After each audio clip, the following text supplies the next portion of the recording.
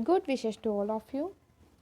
Social Science, Our Environment, textbook in Geography for Class 7.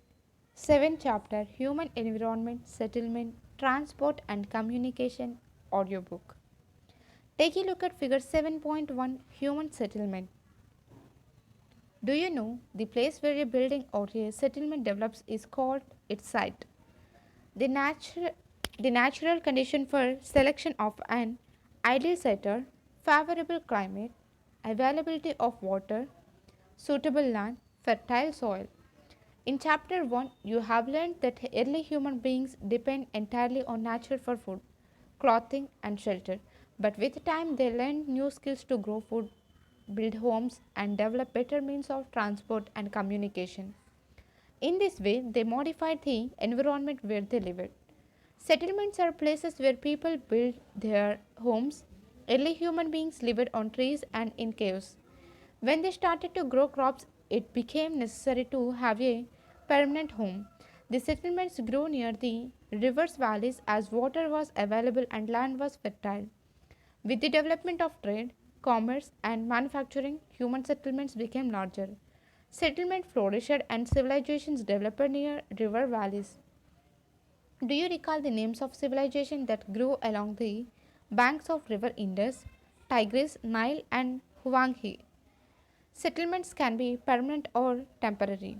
Settlements which are occupied for a short time are called temporary settlements. The people living in deep forest, hot and cold deserts, and mountains often dwell in such temporary settlements. They practice hunting, gathering, shifting cultivation, and transhumance. However, more and more settlements today are permanent settlements. In these settlements, people build homes to live in.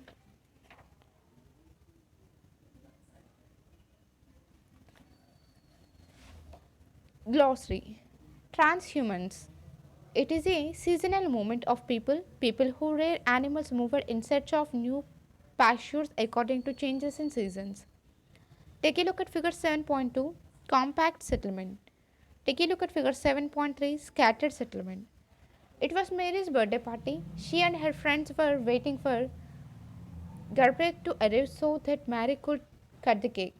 At last, Gurpreet arrived, tired, coughing, and wheezing. She explained that the traffic jam was terrible. Mary's mother, Miss Thomas, patted Gurpreet's back and sighed, "Oof, the pollution in our city." Prasad had recently come from his village. He asked, "Why do we have such traffic jams and such pollution in the cities?" The number of vehicles is increasing day by day due to the growing population in the cities. Mary's father, replied, Miss Thom- Mr. Thomas replied. Mary asked her, "Then why are people coming to the cities?" Her mother replied, They come looking for jobs, better education, and medical facilities." Mary further inquired, "If so many people keep coming to cities, where will all the people live?"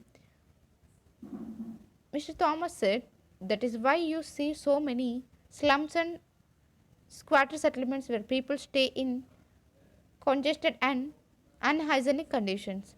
Shortage of power and water supply are common problems in the cities," Prasad said. "Our villages may not have big cinema halls, well equipped schools, and good hospitals, but we have lot of open spaces and fresh air to breathe in. When my grandfather was sick, we had to rush him to the city hospital." From the above conversation, we can identify two different pictures of settlements, the rural and the urban settlements. The village are rural settlements where people are engaged in activities like agriculture, fishing, forestry, craftswork, and trading, etc. Rural settlements can be compact or scattered. A compact settlement is a closely built area of dwellings wherever flat land is available. Take a look at figure 7.2. In a scattered settlement, dwellings are spaced over an extensive area. This type of settlement is mostly found in hilly tracts, thick forests, and regions of extreme climate. In rural areas, people build houses to suit their environment. In regions of heavy rainfall, they have slanting roofs, placing where water accumulates in the rainy season. The houses are constructed on a raised platform or slits. Take a look at figure 7.4. House on slits. Stilts. Thick mud walled house with thatched roofs are very common in areas of hot climate. Local materials like stones, mud, clay, straw, etc. are used to construct houses. The towns are small and the cities are larger urban settlements. In urban areas, the people are engaged in manufacturing, trading, and services. Name some of the villages, towns, and cities of your state. Where do you find dwelling made of ice? Who makes them and what are they called? Let's do. List the different modes of transport used by the students of your class while coming to school. Transport. Transport is the means by which people and goods move. In the early days, it took a great deal of time to travel long distances. People had to walk and use animals to carry their goods. Invention of the wheel made transport easier. With the passage of time, different means of transport developed, but even today, people use animals for transport. Take a look at figure 7.5. Horse cart as a mode of transportation. In our country, donkeys, mules, bullocks, and camels are common. In the Andes mountains of South America, ilmas are used, as are yaks in Tibet. The early traders from other countries used to take several months to reach India. They took either the sea route or the land route. Aeroplanes have made travel faster. Now it takes only 6 to 8 hours to travel from India to Europe. Modern means of transport that saves time and energy.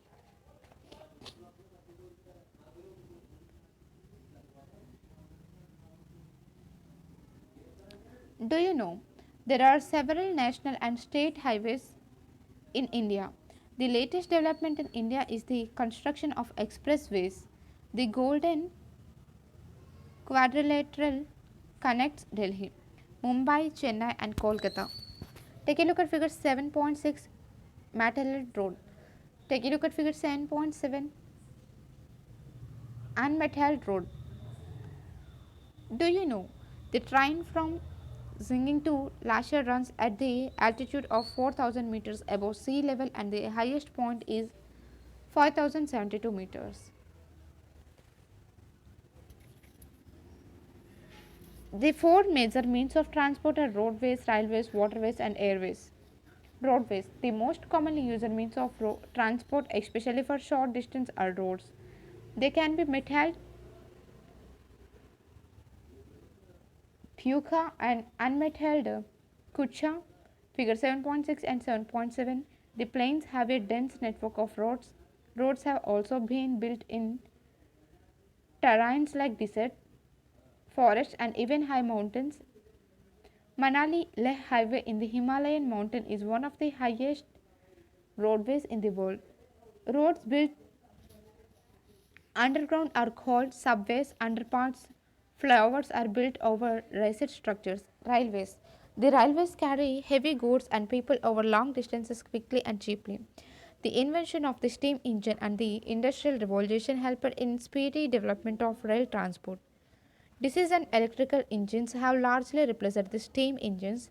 In places, superfast trains have been introduced to make the journey faster.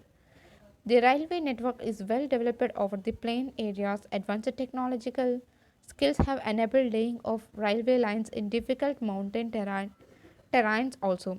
But these are much fewer in number. Indian railway network is well developed. It is the largest in Asia. Trans-Siberian Railway. The Trans-Siberian Railway is the longest railway system connecting St. Petersburg in western Russia to Vladivostok, Vladivostok on the Pacific coast. Waterways. Take a look at figure 7.8, inland waterways. You have already learned that since early days waterways were used for transportation. Waterways are the cheapest for carrying heavy and bulky goods over long distances. They are mainly of two types, inland waterways and sea routes. Navigable rivers and lakes are used as inland waterways. Some of the important inland waterways are the Ganga Brahmaputra river system, the Great Lakes in North America, and the River Nile in Africa. Sea routes and oceanic routes are mostly used for transporting merchandise and goods from one country to another. These routes are connected with the ports. Some of the important ports of the world are Singapore and Mumbai in Asia, New York, Los Angeles in North America, Rio de Janeiro in South America, Durban and Cape Town in Africa, Sydney in Australia, London and Rotterdam in Europe. Take a look at figure 7.11. Can you name some more ports of the world?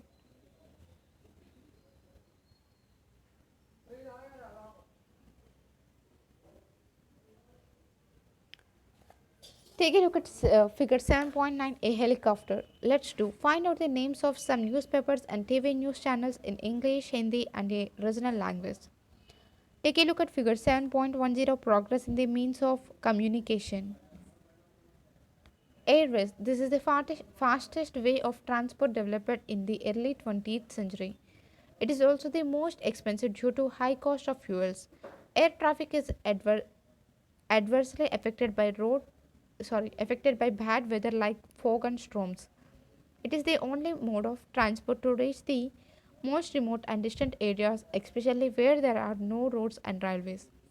Helicopters are extremely useful in most inaccessible areas and in time of calamities for rescuing people and distributing food, water, clothes, and medicines.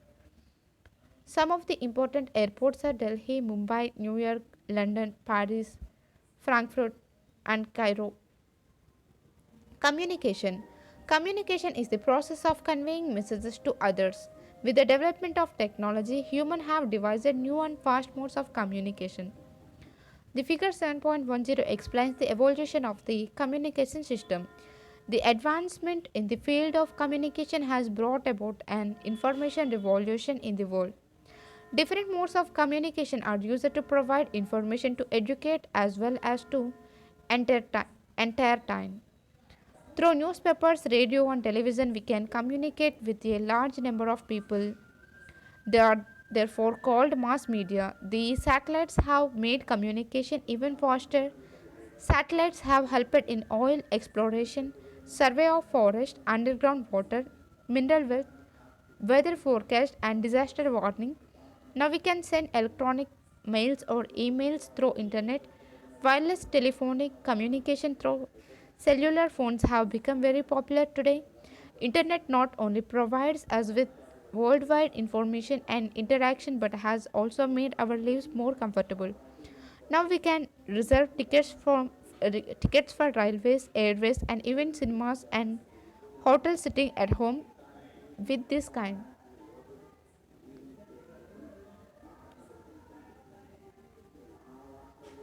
With this kind of interconnectivity of people, services, and institutions across the world, we are a large global society. Take a look at figure 7.11, world major seaports and airports. Exercises. Answer the following questions.